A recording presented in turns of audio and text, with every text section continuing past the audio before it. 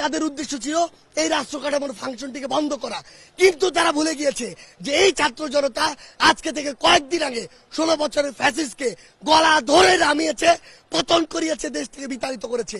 তারা কয়েকশো আর কয়েক হাজার এসে মনে করছে ছাত্র জনতা মনে ঘুমিয়ে পড়েছে। তাদেরকে আমরা স্পষ্ট করে বলে দিতে চাই, আর যদি সচিবালয়ের আশেপাশে এরকম কোন নরপিশাচকে আমরা দেখি যারা রাষ্ট্র কাঠামোকে ব্যাহত করতে চাইবে, তাহলে সচিবালয়ের আশেপাশে তাদের কোনো অস্তিত্ব থাকবে না। আমরা স্পষ্ট করে বলে দিতে চাই, আপনাদের যদি কোনো দাবি থাকে রাষ্ট্র আগে স্থিতিশীল অবস্থা আসুক, আপনাদের যৌক্তিক দাবি নিয়ে যে লজিক্যাল ওয়ে গুলো রয়েছে সেই ওয়েতে আপনারা অ্যাপ্রোচ করুন। তারপরে যদি আপনাদের যৌক্তিক দাবি না মানে হয়, তাহলে আমরা যারা আছি আমরা আপনাদের সাথে দাঁড়াবো। কিন্তু আজকে যারা এই চক্রান্ত করেছে, আমরা স্পষ্ট করে বলি তারা আনসার বাহিনীর সদস্য নয়, তারা চক্রান্তকারী। তাদের বিচারের জন্য যা করা দরকার আমরা তাই করব। তারা যদি সহজ পথে আমাদের সাথে আলোচনার টেবিলে বসে একটি ফলাফল প্রত্যাশা করত, আমরা সহযোগিতা করতাম।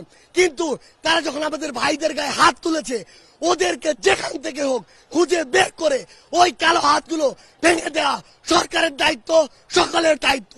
আমরা আমাদের জায়গা থেকে স্পষ্ট করে বলি, তাদের বিচার না হওয়া পর্যন্ত ছাত্র জনতা তাদের খোঁজে সব